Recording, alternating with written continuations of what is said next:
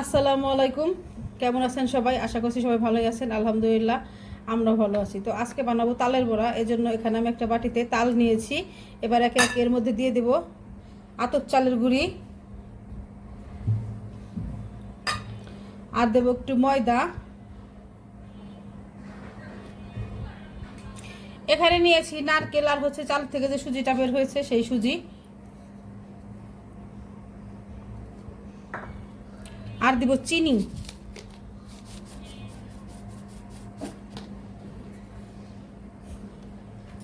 স্বাদ মতো লবণ।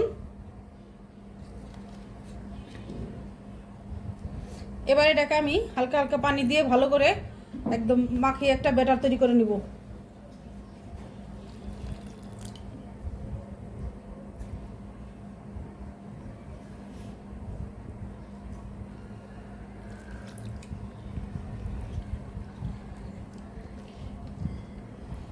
এই তালটা কিন্তু আমার এই বছরের তাল না, গত বছরের তালটাকে আমি ভালো করে গুলিয়ে একটা ছাকনা দিয়ে ছেঁকে ডিপ ফ্রিজে রেখে দিয়েছিলাম।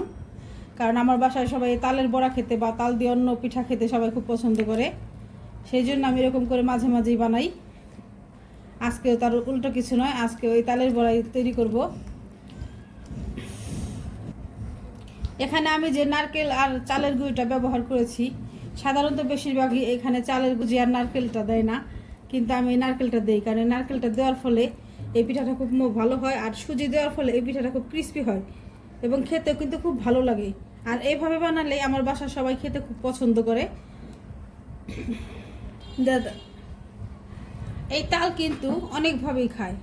আর দেখেন, যখন এই তাল কাঁচা থাকে তখন এই তালের বিচি খায় অনেকেই, সেটাও খুব মজা লাগে। সেটা দিয়ে অনেক কিছু তৈরি করা যায়, কিন্তু সেটা আমি সংরক্ষণ করে রাখি নাই, আমি শুধু এইটাই রেখেছিলাম। আর সেই জন্য এইভাবে বানাচ্ছি। এবার আমি এই ব্যাটারটাকে আধা ঘন্টা রেস্টে রেখে দিব, যার কারণে সুজি আর যে নারকেলটা দিয়ে সেটা একদম পুরোপুরি এই ব্যাটারের সাথে মিশে যাবে এবং পিঠাটাও খুব সুন্দর হবে। আধা ঘন্টা হয়ে গেছে, এবার আমি পিঠাগুলো ভেজে নিব। কড়াইতে তেল দিয়ে দিয়েছি, তেল গরম হয়ে গেছে। এবার এক এক করে সবগুলো পিঠা বানিয়ে নেব।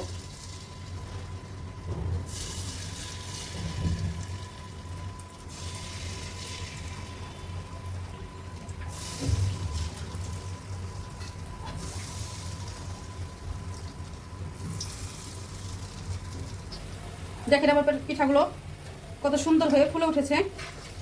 এভাবে আমি সবগুলো পিঠা ভেজে নিব। পিঠাগুলো কেমন সুন্দর হয়েছে দেখেন। এদিকে আমার কিন্তু সবগুলো পিঠাই ভাজা হয়ে গেছে।